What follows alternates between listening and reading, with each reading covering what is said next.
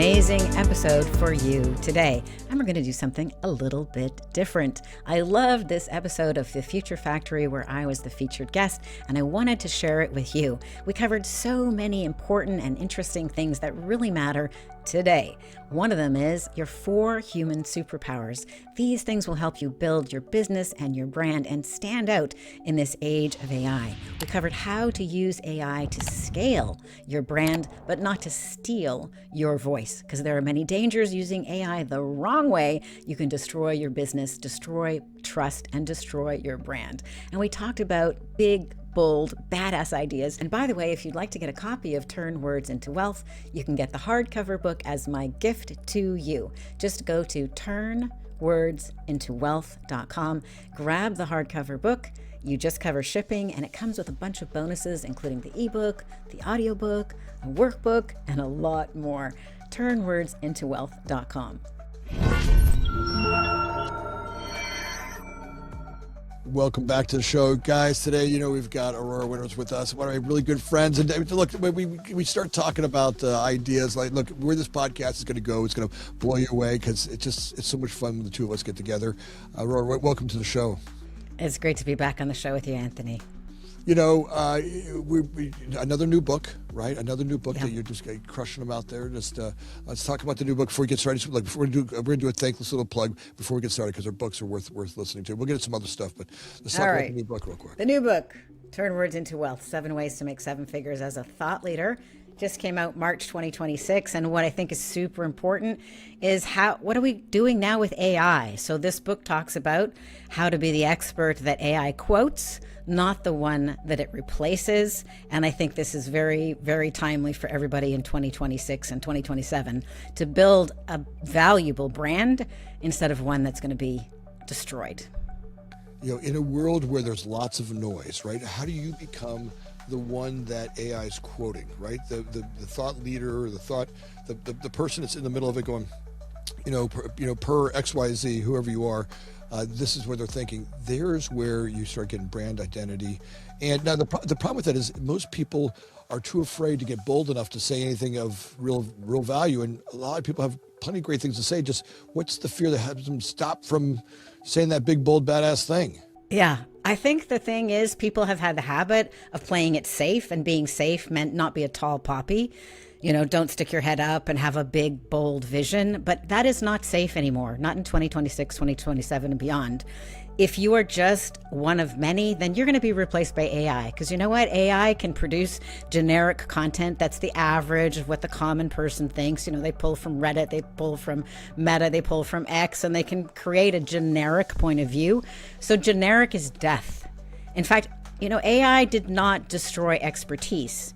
It's really destroying the middle of the market. It's destroying being bland and banal.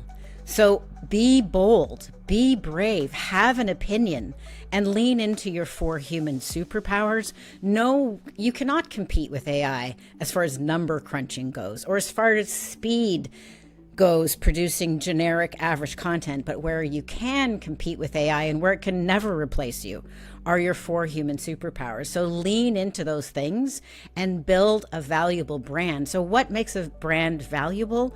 It's when it's like you, Anthony. It's big, it's bold, it's distinct, it's different. You were telling me before we started recording about your idea in Florence. Like, that is a really bold, out there, unique, wonderful idea. When we look at here, by the way, it was this great idea. What she's talking about is Sophie and I are working on a yoga retreat center, a little high-end, beautiful resort place in a Machiavelli home in Florence. That this was one of those ideas that started. The two of us will walk this property. She's kicking me, going, there's a pool right there. There's a pool right here. And for a year, the two of us have been pushing each other to go grab this thing. And like everything, it's an idea. Grow the idea, right? We got to walk through the broken glass. And the problem is that most people get an idea, they try to go grow it, and they get your feet a little bloody. Well, this, and you stop and go backwards. I'm like, look, your feet are bloody. Keep moving. Keep going. That's right. Don't stop halfway when you're in the hell of it. Oh. Exactly right.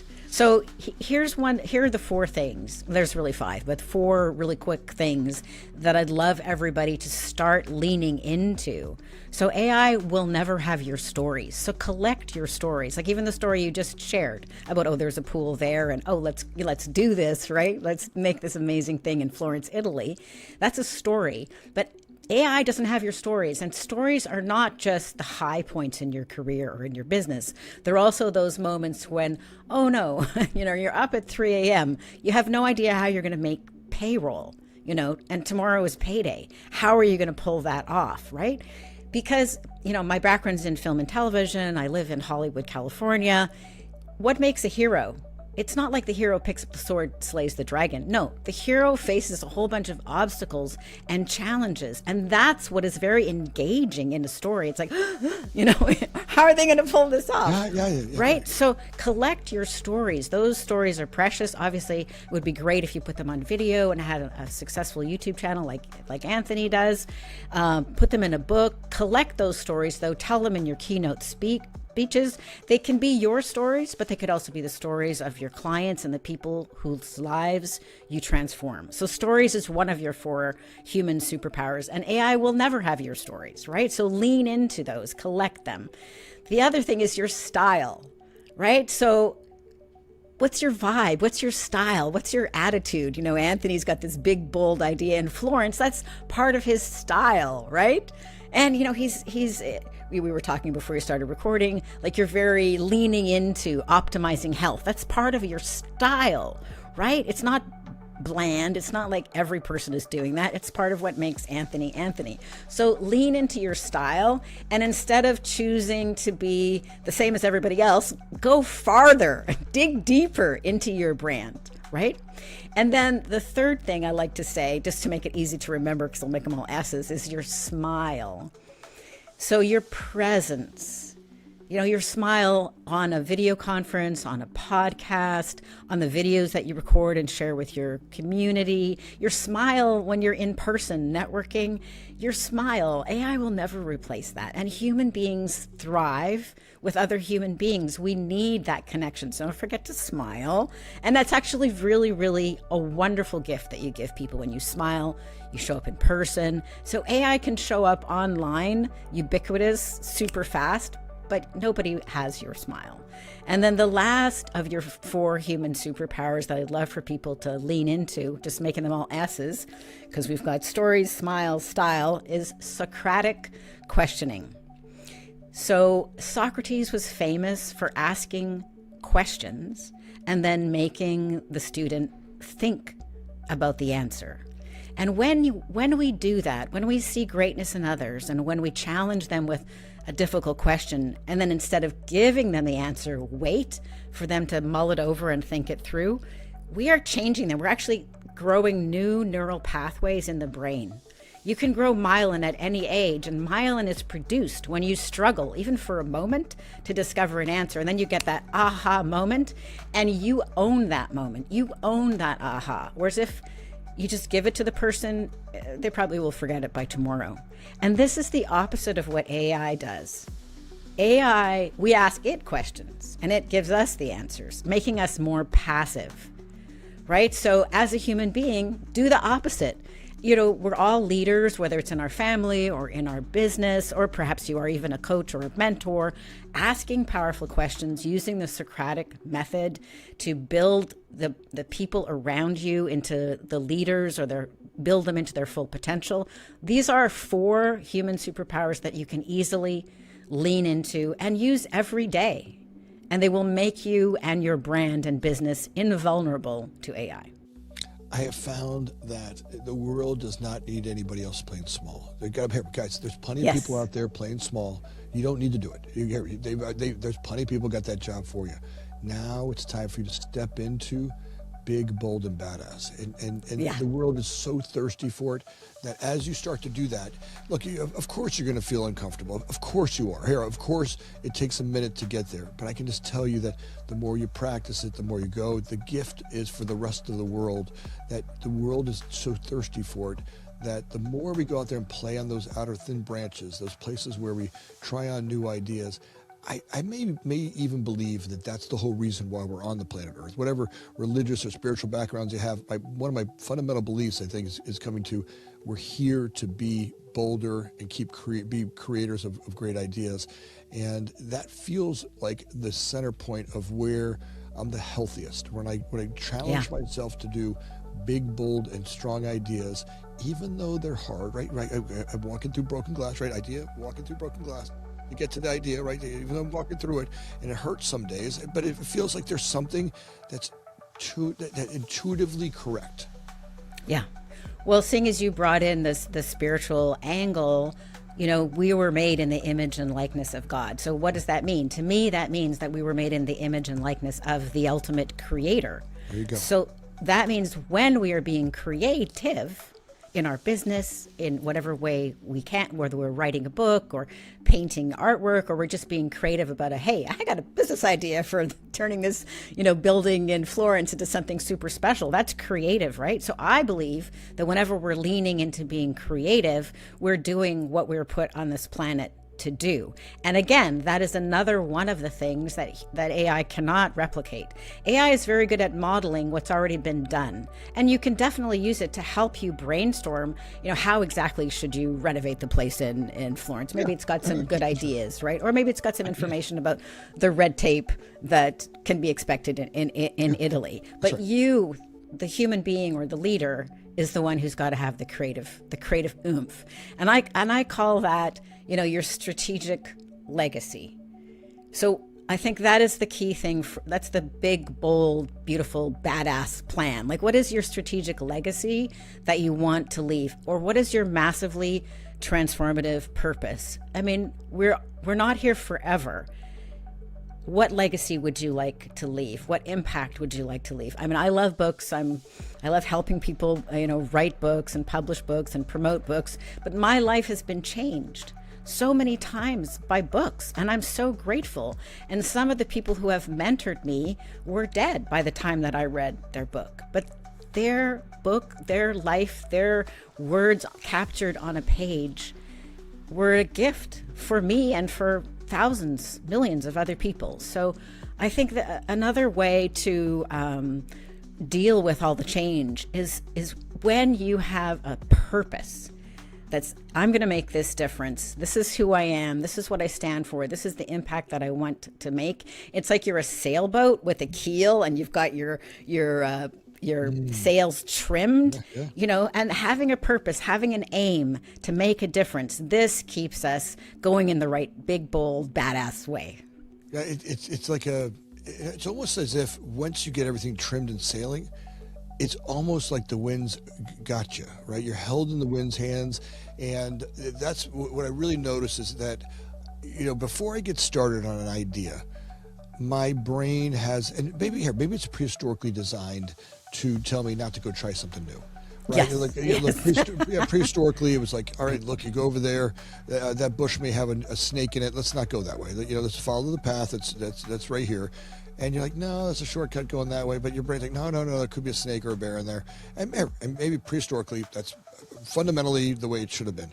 But in a world like today, with all the opportunities we have, that being bold and trying on and going for new places, new ideas, and really stretching your wings to go there, it feels like as we do that, we cut a new path. And it's almost like the universe wants you to do it. Mm-hmm. And at least what I notice is that it's never as hard as my mind made it up to be. Exactly. Even if I make some mistakes along the way, I learn what's wrong faster, right? I kind of get there. I'm like, okay, let's try this over here this way, and it gets done faster. And then it seems like as you build on small little steps of things that grow, all of a sudden you look back and you're like, it didn't make sense on the way up, but when you look backwards, you're like, that makes complete sense. I call it on this rock, then went over this rock, and it makes complete sense. And I feel like that's where the world wants us to go in that. So let's talk a little bit about, as you're working with people and you really want them to be the idea creator, right? The one that AI is quoting. What's some of the techniques for doing that? Well, I really love to help people lean into their 4 human superpowers, and then obviously what is their big, bold dream or their massively transformative purpose. So one of the ways not to do that is to just ask Claude or ChatGPT to write something for you. Because what will naturally happen is it will sound like everything everybody else has written. In fact, a friend told me she was training a bunch of speakers and they were invited to pitch a talk, and they came up because they were allowed to use AI and they got the same title and the same vibe. If you just read it one at a time, you think, oh, that's not bad. But when you're reading 20 of them and you realize they all sound the same, that is the bad way to go. So what we do at Same Page Publishing, I love to interview people to create their book. And that's because it just naturally has their voice, the words that they use, their passion that they use. And we also create videos at the same time. So then you have a bunch of videos that they can use on social media or on their YouTube channel.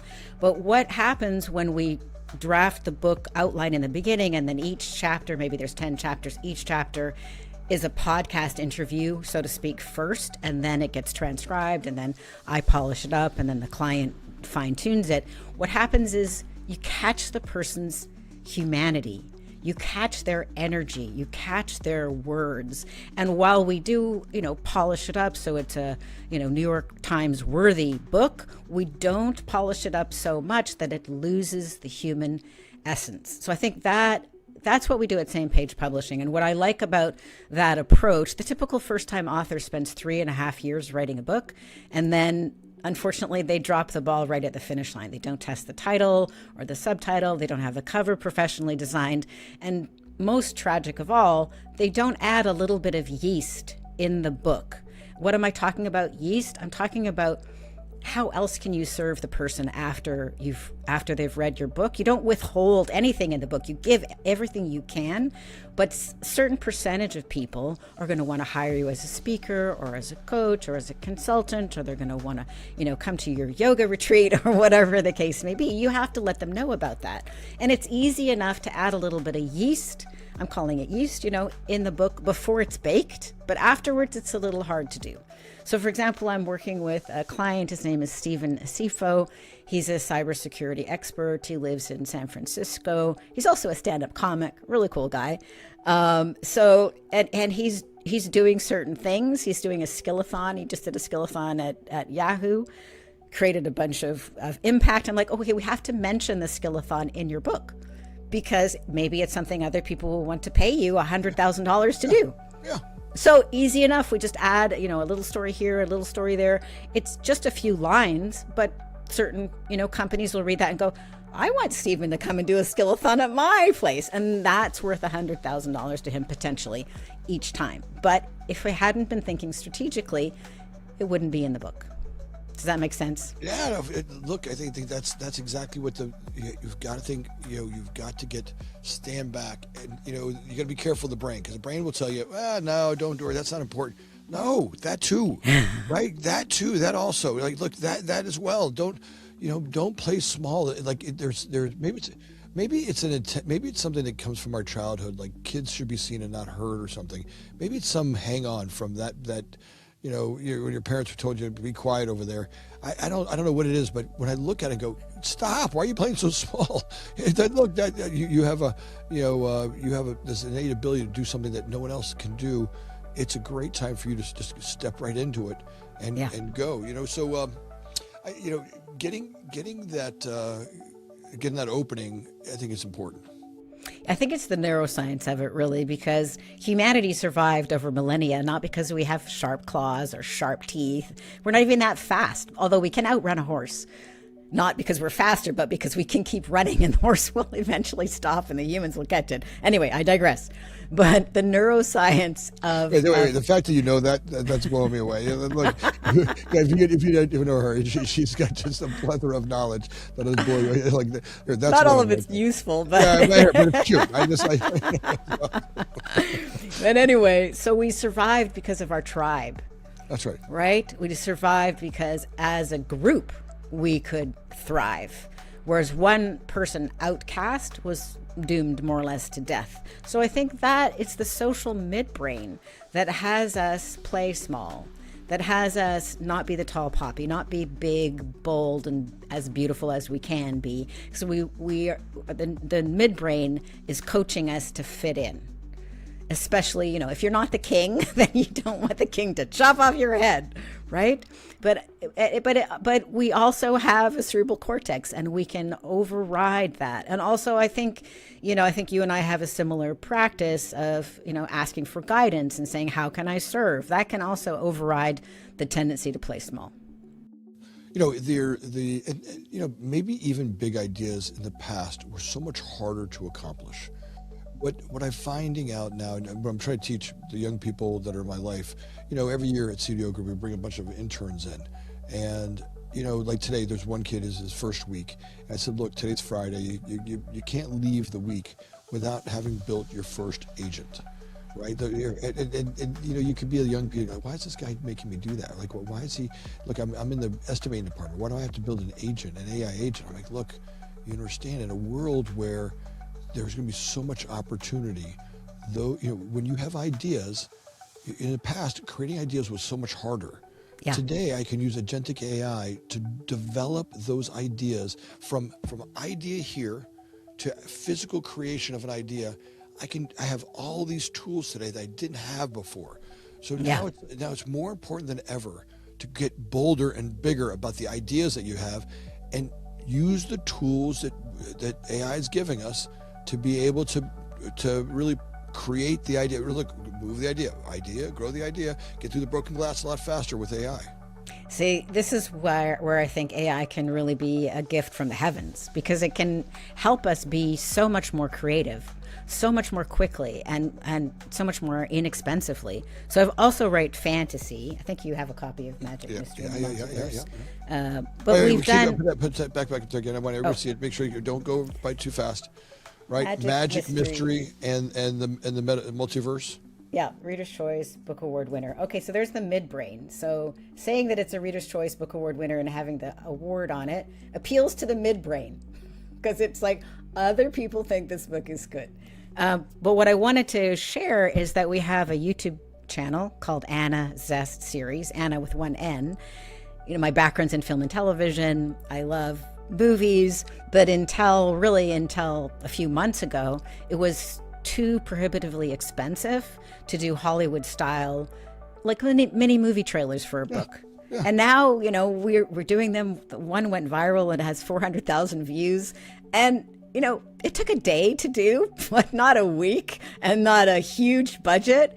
And it was so much fun. Like, I write the script, and then my son, who's a video game designer and a software engineer, does the videos. But we wouldn't have been able to do that before all the AI video tools became available. I'm driving people nuts with the amount of, I mean, seriously, my wife's like, would you stop sending out?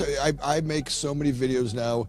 I'll get on Perplexity. I'll have 4 or 5 going at the same time. Like, I had a story about a fight we got in. My wife and I got in Rome, like a fist fight. We got a fist fight in Rome, and it's always it's always been one of those stories where I'm at a dinner table and I get people talking about the story. I get the whole table leaning in, and it's been one of those great stories I've had my whole life. One of those ones that really, when you're at a dinner party and like you break out a story and the whole table leans in. Yeah, and they can't wait it's for a the good one. It's a good one, right? So I've had that one. So I got to put that one into a form, and it's great. I get Perplexity working on it, and it's got some little edges that need to get cleaned up. And I go back, hey, look, this scene's a little weird, or the motorcycle's driving down the street by itself.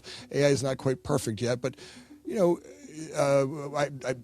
just today you can take those ideas and you can bring them to physical reality. To life. And even that you can have dialogue, you can have music, you can have sound effect, you can have special effects.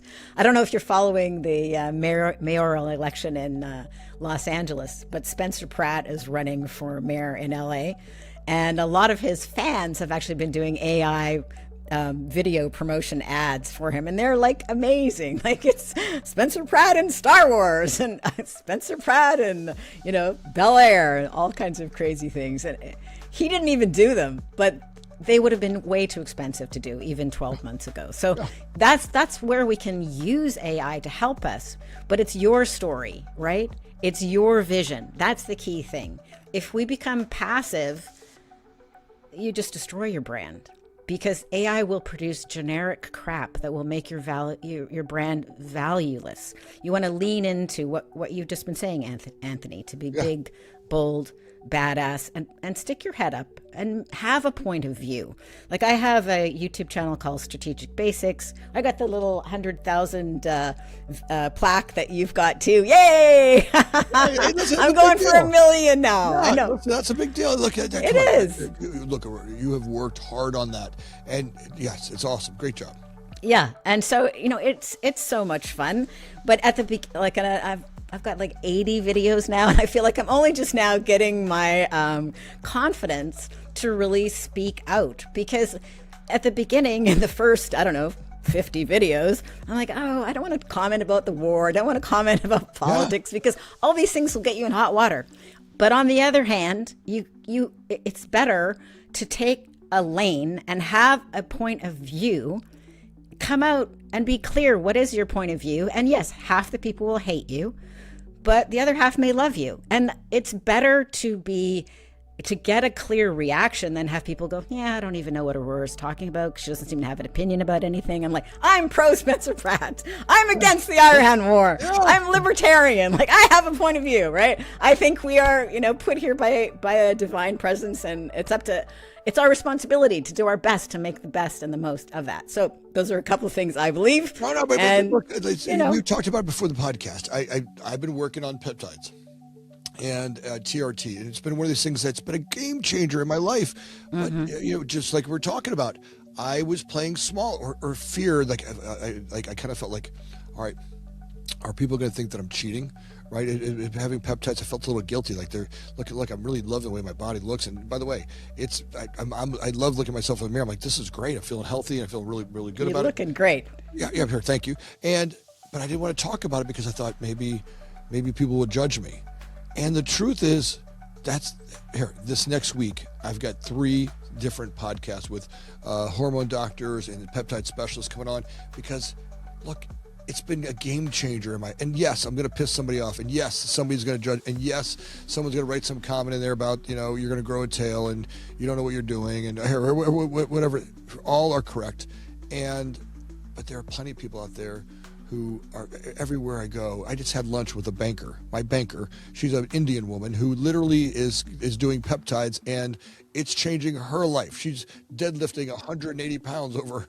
I'm like, come on. We're in a world where we can do stuff that our grandparents could never do, right? Where she looks at her father, who's in his 70s, who had a hip fracture, and now he's on his marginal decade of life.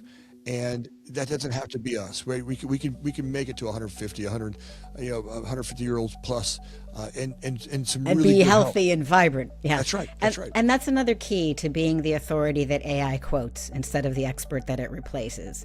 Have a point of view. Pick a lane. Speak up. Don't avoid talking about cool things that you're doing, like peptides, for example.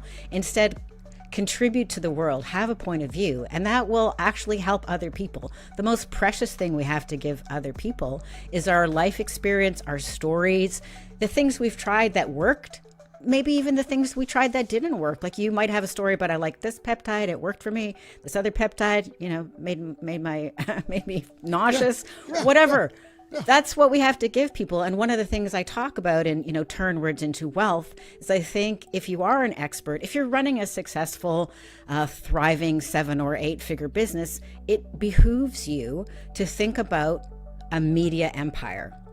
Because the truth is, if you're running a 7 or so figure business, you're actually in show business. So why not lean into that, as Anthony, as you have? You've got a podcast. YouTube is the number 2 search engine. It's 16% of all internet traffic is on YouTube. People discover Netflix shows, they discover Apple shows, they discover what's on at the theater on YouTube these days. And Amazon is the number 3 search engine. So if you have some expertise, have a book on Amazon. If you've got a successful 7 or so figure business and you don't have a book on Amazon, you're missing out on attracting a huge market swath that live on Amazon that could discover you for $20 for a book and then go, hey, I love this guy. He's speaking my language. Maybe I want to do XYZ with this man or this woman. So, but then the number 1 search engine, as you know, Anthony, used to be SEO, and now it's changing to AEO or GEO. So that means that we have to consider writing content, not just for other people, but for the LLMs and for the search engine. So if you go to my website, for example, Same Page Publishing, you'll see we've got a wealth lab. And the wealth lab is really an FAQ, but we called it a wealth lab because I thought that's more fun. And what I did is I turned this book, Turn Words into Wealth. It's written for human beings. So it's all stories and fun, and it's written with a neuroscience that appeals to human beings.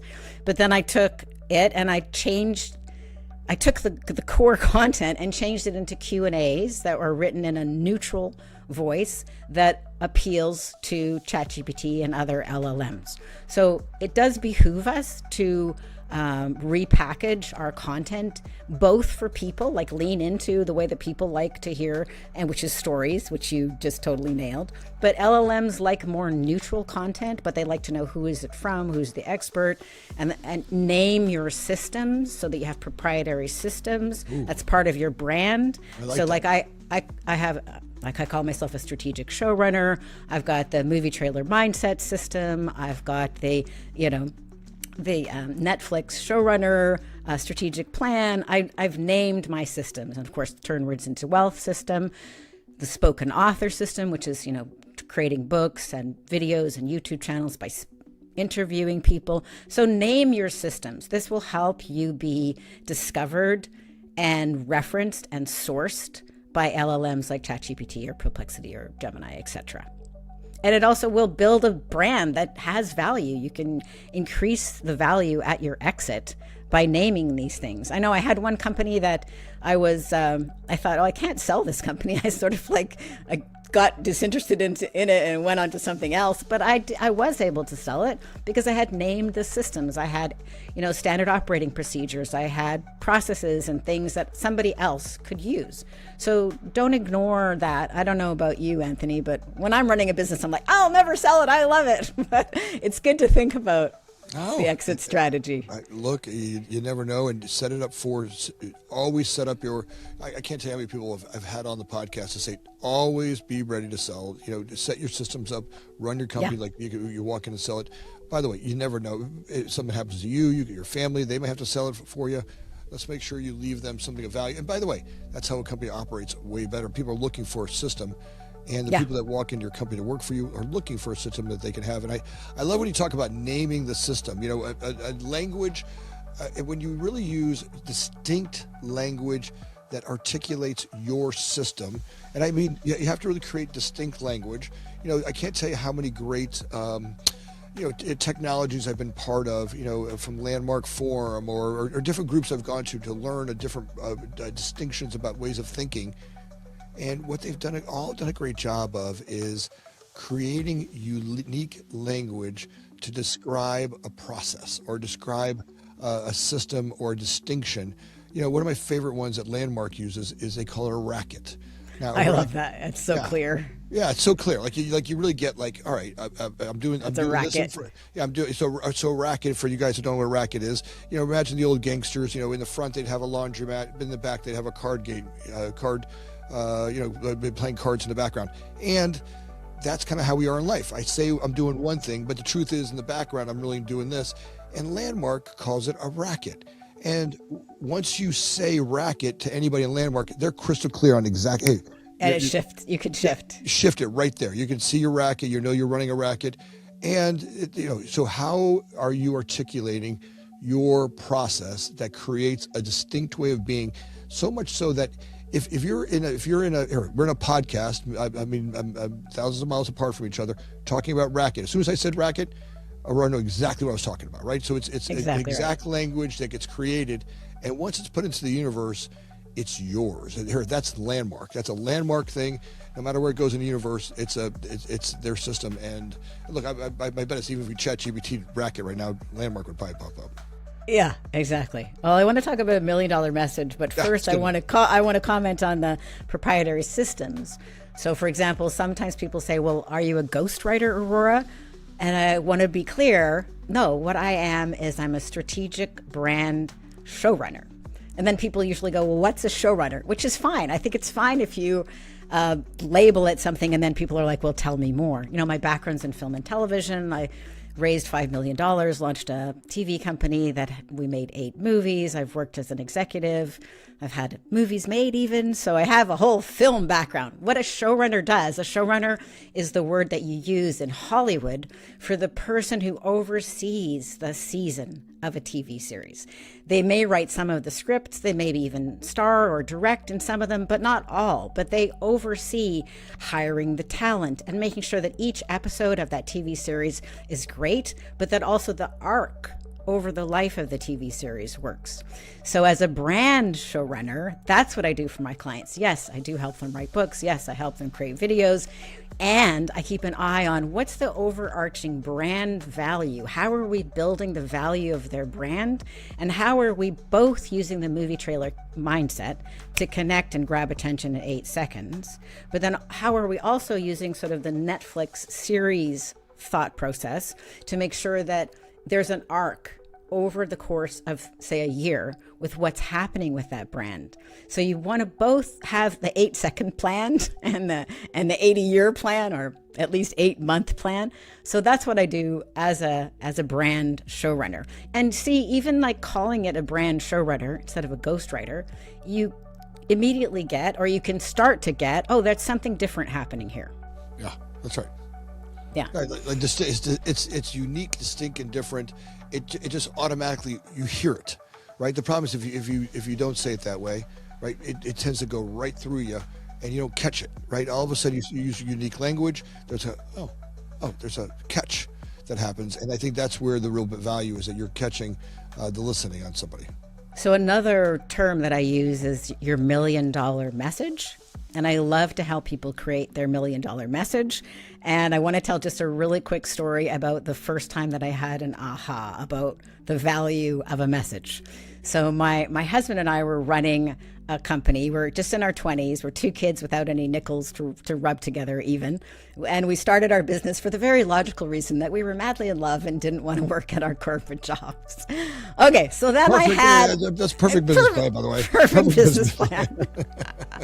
So then I had a $1 million idea. I'll tell you the idea in a moment, but that's not the point. The point is that the phone was not ringing, and people would come in and I would explain my $1 million idea, and they'd go, well, I think you're smart, and I think you think it's a good idea, but it looks like too much trouble for me to wrap my mind around it, so I'll call you later. And they didn't call back. So then we were looking at our credit card balances, which were creeping up. We're like, oh, we're running out of runway. We're just 2 kids in our 20s. We can't keep this up. My husband looks at me. He's like, this is not working. I'm like, you are so right. He's like, people only want to use their boats. We were selling boats for 5 weeks a year anyway. I'm like, that's it. He's like, what? I'm like, 5 weeks of sun, fun, and tax shelter. So those 7 words created $3 million in 1 week. 5 weeks of sun, fun, and tax shelter. And I'll tell you how I used to tell the message so you can hear the difference, but people got 10% personal use, that's for the 5 weeks. And then sun, fun, that's, being on a yacht or a sailboat. And then tax shelter, it's like a stand-up comedy. It's like, boom, boom, boom. Like, what? People are like, what? That doesn't make sense. And it got the right response, which is tell me more. The way I used to explain it was like the very academic part of me who had been completely trained the wrong way how to communicate at university. And I would say, hey, if you buy this boat and we charter it out for you, then you can get 10% personal use. You can write off 33 1/3 straight line depreciation, except there's the half-year rule for the first year and you get a 7% investment tax credit. It was the same offer, the same boat, the same team, the same price. But 7 words took us from disaster to $3 million in 1 week.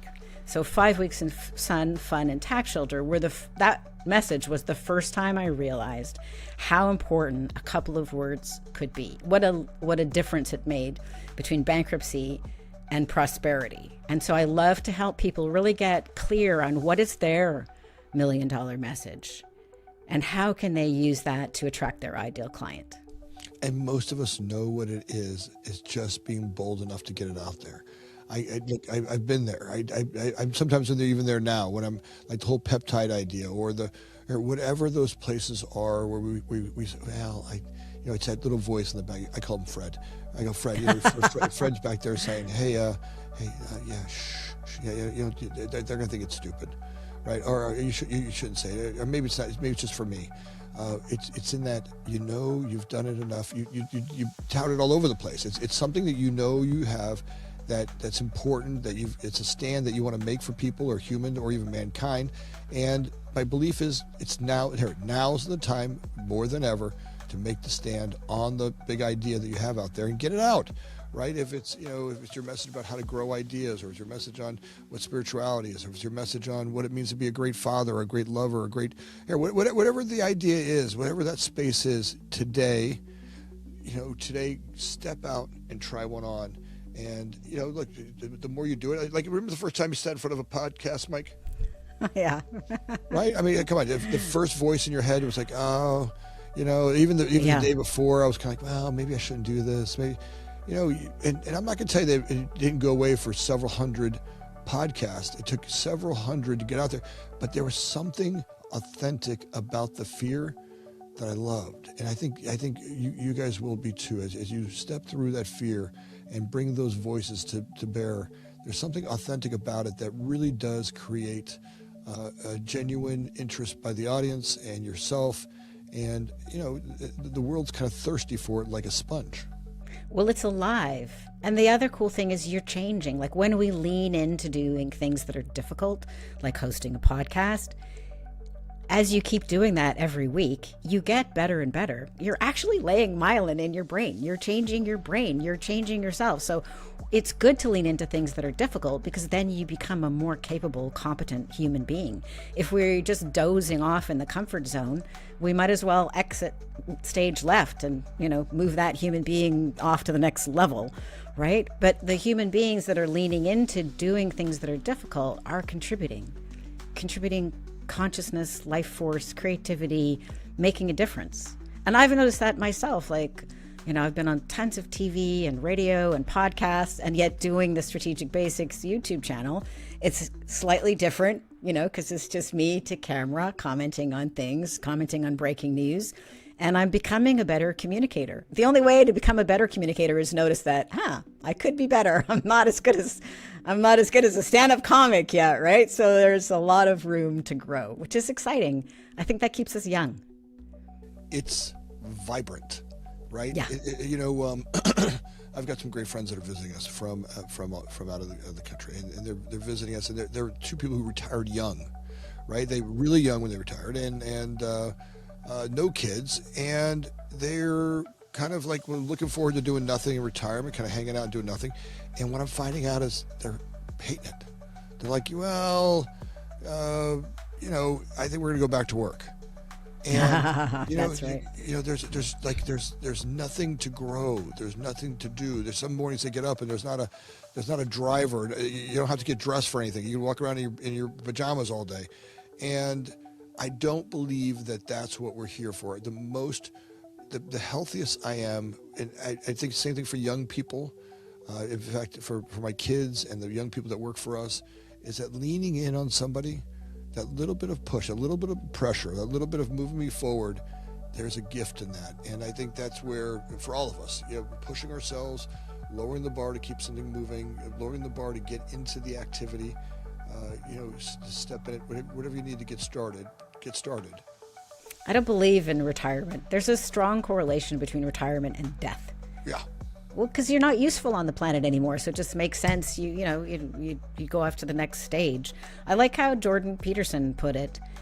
Bear as much responsibility on your shoulders as you possibly can. That's right. And retirement is the opposite of that. Retirement is, hey, I don't want to be responsible for anybody or even getting dressed. I can be in my PJs. And I don't think we're built for that. I don't think we thrive under those conditions. I think it's like working out at the gym. Like you were, leg pressing 700 pounds? Like, that's amazing. I don't know. Listen, my ego jumped in there. I was hanging out and working out with these two young guys, and then my ego jumped in like, okay, let's go. And they had 700. I did the one time. I should have just said, okay. The second time I went to push, I'm like, okay, all right, Mr. Ego just jumped in there. Let's remember you're 58 now. Look. But that's how you build your body, right? Absolutely. And it's the same with life. If we're not pushing against something, if we're not pushing a rock up the hill, if we're not striving to create something of value, if we're not about our massively transformative purpose or leaving a legacy of meaning, and we're just watching TV and drinking pina coladas, well, that could be fun for maybe a week, but not for a decade. No, You atrophy. Yeah, that's right. I spent some time in a temple up in Nepal, and it was beautiful. Like, you go from our life, right, as fast, and I get up to this temple, a couple of days, 2 days to fly over there, 2 days to climb up a mountain, I'm up in this temple, a silent retreat, and yeah, it was kind of cool, right? But then I also got to the point where after a few days, I'm like, it's kind of cute being up here, being quiet. And these monks were kind of busting my chops about how Americans are always doing things, and we're always so addicted to doing things. There was another part of me that said, yeah, you guys are just working the system from the other side. Right? Right? You're up here, boys in your pajamas, just hanging out. You go down and beg for the women of the city to feed you. You just found a different way of surviving. I said to the monk, I said, look, maybe we could combine the two, right? Look, I appreciate having a place like this to come to. I'm glad that you guys are doing this for us. But at the same time, I'm on the dance floor down there, right? I got kids and family and a life, and I'm having a really great time on the dance floor. Yeah, and, that's a good way to put it. It's fun. I go, if I could take a little bit of what I learned here with you guys, and I'll be able to stay in my conscious behavior, so I'm creating consciously the things I want to create, not the things I'm forced to do, then maybe the combination of both of them is really valuable. So I got to tell you, every time I hang out with you, I leave. You're such an inspiration. You're such a beautiful light on this planet. Look, it's 10 books now, right? 10 books? 10 books, yeah. 10 I love books. Yeah, well, just what you're doing, the stuff that you're doing on the planet. If people want to get involved with you and work with you, let's talk a little bit about how to do that. What's the right? All right. Well, if people want a brand showrunner to write their books and do their videos and give them some help to make sure that they get a good ROI on that, they can visit samepagepublishing.com. Samepagepublishing.com. Right there. It'll be right down there. It'll be right down there. Right and there. They can grab if they're already running a thriving business and want to lean into their media empire, they can sign up for a free business breakthrough call at bookcall.biz. It's also on samepagepublishing.com. And then this book, Turn Words into Wealth, which just came out, 7 Ways to Make 7 Figures as a Thought Leader. You can get it wherever books are sold, or you can get the ebook for free right now at turnwordsintowealth.com. So those are some ways to play with me.